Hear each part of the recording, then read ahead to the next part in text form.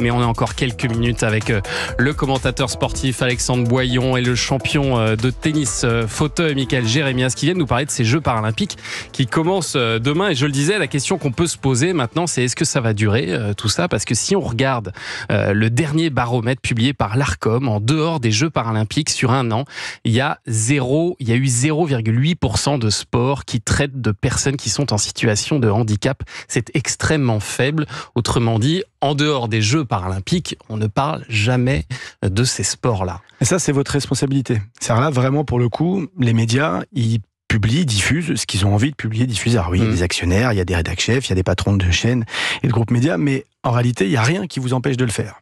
Et les Jeux paralympiques, ils servent à ça, et notamment ces Jeux paralympiques de Paris 2024, quand vous allez vous rendre compte, enfin pas vous, spécifiquement vous, et notamment ceux qui le traitent depuis de nombreuses années, je pense évidemment à Alex et pas mal de gens avec qui je travaille à France Télévisions, mais la réalité, c'est qu'il n'y a rien qui justifie aujourd'hui qu'on diffuse autant de sports dits valides et aussi peu de sports pratiqués par des personnes handicapées. C'est pas plus con de faire du tennis en fauteuil que de sauter le plus impossible dans un bac à sable. Et je peux vous donner 1000 exemples comme ça. Le saut à la perche, le mec qui a inventé le saut à la perche. Voilà, vous voyez ce que je veux dire. Donc, c'est vrai qu'à la base, oui. La réalité, c'est que c'est pas moins intéressant. Aujourd'hui, vous êtes capable de donner envie aux gens en regardant n'importe quoi. Bien sûr. On a été capable de se prendre de passion pour le loft il y a 20 ans ou 30 ans, je sais plus maintenant, on est un peu vieux, mais on regardait des gens. 24 ans. Voilà, c'est ça. 24 ans. Vous voyez ce que je veux dire ? On est capable de faire des records d'audience en regardant des gens s'emmerder, raconter n'importe quoi dans un environnement clos. On est capable aujourd'hui de faire ce travail-là. Donc en fait, il n'en tient qu'à vous. De quelle manière vous allez traiter le sport paralympique et plus globalement le handicap dans les médias ? Parce que là, vous parlez du baromètre sur le sport, mais le baromètre sur le handicap de manière générale, élargir, évidemment. La manière de traiter le handicap, de le rendre visible, d'en parler et la manière d'en parler, pas uniquement quantitativement mais qualitativement, il y a un travail considérable à faire. Qu'est-ce qui bloque selon vous, Alexandre Boyon ? Pourquoi est-ce qu'on n'en parle pas plus ? Je pense qu'il y a aussi les audiences, qu'on le veuille ou non. Parce qu'il y a beaucoup de télévisions qui regardent le chiffre le lendemain. Et il y a... On a testé déjà ? Oui, bien sûr qu'on a testé. Oui, notamment les championnats du monde d'athlétisme qui étaient sur France Télévisions à une époque, qui étaient l'an dernier sur l'équipe. Et il y a les paroles et les actes. Donc à chaque fois que vous demandez aux gens, oui, on voudrait plus de ceci, de cela, de magazines, puis à l'arrivée, les gens regardent toujours la même chose.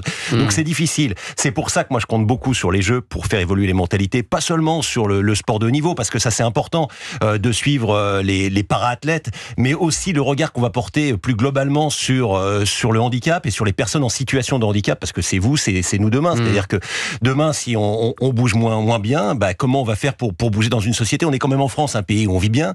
Donc, faut penser à tout cela. Et je pense que ça va être un accélérateur de particules. Plus on connaîtra, plus on verra la différence, et plus on la banalisera, et plus on l'acceptera, et on s'y intéressera. Ça peut permettre aussi, ces Jeux paralympiques, de créer une nouvelle star, de créer de nouveaux visages. C'est aussi de ça dont vous avez besoin. Il y en a déjà. Vous, pour en parler davantage, il faut des stars. Oui, en même temps, c'était qui les stars aux Jeux Olympiques ? On connaissait qui ? Pas vous. Oui. Justement, Léon Marchand, c'est devenu une star. C'est devenu énorme, une star. Les gens ne connaissaient pas Léon Marchand avant. Voilà. Honnêtement, les gens ne connaissaient pas. Peut-être qu'on va en avoir des nouvelles. On connaissait Teddy Riner. Ouais. Tout le monde ne connaissait pas Clarisse Agbeniew, qui pourtant était porte-drapeau une grande championne. En fait, on en connaissait un ou deux. Personne n'est capable de citer les médailles d'or qu'on a eues aux Jeux Olympiques. Vous croyez qu'on connaît les noms des 3 athlètes français qui ont gagné en BMX, qui ont fait argent ? Alexandre Boyon, on les connaît par cœur. Oui, mais Alexandre Boyon. Là, vous parlez de Monsieur Boyon. Non, mais la réalité, c'est que la starisation peut y contribuer, mais c'est pas ça le sujet. La raison pour laquelle on consomme du sport, c'est pour les émotions que ça procure. Et le sport paralympique, il n'y fait pas exception. Et vous allez le découvrir à partir de jeudi matin. Donc voilà, c'est un des enjeux. Et pour revenir sur la question de l'audience, tout ça, ça se travaille. Moi, depuis quelques années, je vis à Londres. Ma femme est anglaise, on vit avec nos enfants à Londres. Il n'y a pas une semaine où je ne vois pas du sport paralympique à la télé, des compétitions internationales. Ah oui. Et je peux vous dire, c'est une chaîne privée, donc qui le diffuse la plupart du temps, c'est Channel 4. Ça fonctionne. Je suis d'accord, mais ils ont beaucoup d'avance.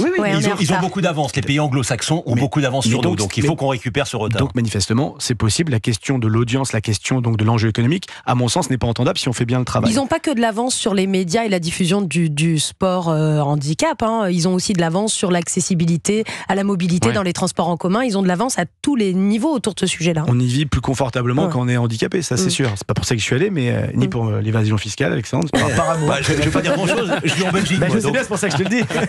mais c'est vrai ce que dit Anissa aussi. Là, c'est la première fois que ces Jeux paralympiques ils auront lieu à Paris. On va voir défiler tous ces athlètes au cœur de la capitale demain. Mais il y a peu de chances, par exemple, que ces athlètes arrivent en métro. C'est quand même un vrai sujet à Paris aujourd'hui, l'accessibilité dans les transports. Alors sur les 4400 athlètes, la plupart ne sont pas en fauteuil roulant, mais effectivement, Orient. On aura la chance d'y aller avec des transports privés, donc on n'ira pas en métro. Le métro n'est pas accessible. Il y a plus de 300 stations qui doivent être mises en accessibilité. On a vu hier un tweet de Valérie Pécresse qui disait qu'elle voulait enfin rendre accessible le métro et les 13 lignes de métro qui ne sont pas accessibles. Ça a été évalué à un coût de 20 milliards d'euros. En moyenne, on le disait, ça ferait 15 millions d'euros une transformation, de mise en accessibilité totale. Mais il faut que les gens comprennent que c'est pas juste de l'argent qui est dépensé pour les centaines de milliers de personnes en fauteuil roulant. C'est pour vous tous. Ce sont pour les personnes qui transportent du matériel, des valises. Ce sont des parents, des papas avec des poussettes. Ah oui. C'est le copain ou la copine qui s'est fait une cheville le week-end et qui a des béquilles pendant quelques semaines. Des touristes. C'est les touristes, c'est les gens qui simplement sont fatigués, c'est les personnes âgées. En fait, la question de l'accessibilité pour nous, on est les premiers à enfoncer les portes, mais l'accessibilité, elle doit être universelle, elle doit être perçue comme telle. Notre combat, c'est le combat de tous.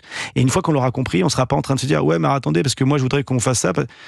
Ça n'est pas un sujet. Il faut arriver à le comprendre. Juste une parenthèse. Ça fait 6 mois seulement que maintenant, quand on arrive à un feu rouge, on entend bip bip bip. Ouais. C'est quand même un truc de dingue. Ouais. Vous allez dans les pays nordiques, vous allez dans plein de pays, vous allez au Japon, vous l'entendez. En France, on l'a pas.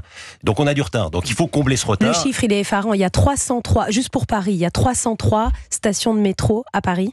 Il y en a 29 qui sont accessibles. Voilà. C'est ça, ça montre à quel point on est en retard. Donc le problème, c'est qu'on est toujours dans le même quartier quand on est en fauteuil roulant. On est dans ces 29 stations. Donc si vous voulez pas avoir de personnes handicapées, vous évitez évidemment ces 29 stations. C'est la solution, bien sûr. Allez tous habiter dans le 13e. Ah, là, vous êtes peinards. On termine avec un petit mot quand même sur la cérémonie d'ouverture que vous allez commenter demain soir, Alexandre Boyon. J'imagine que vous avez des infos un petit peu tous les deux sur ce qu'on va voir. Est-ce que vous pouvez nous raconter un petit peu, nous mettre l'eau à la bouche, à quoi va ressembler ce spectacle ? Je pense que ça sera grandiose.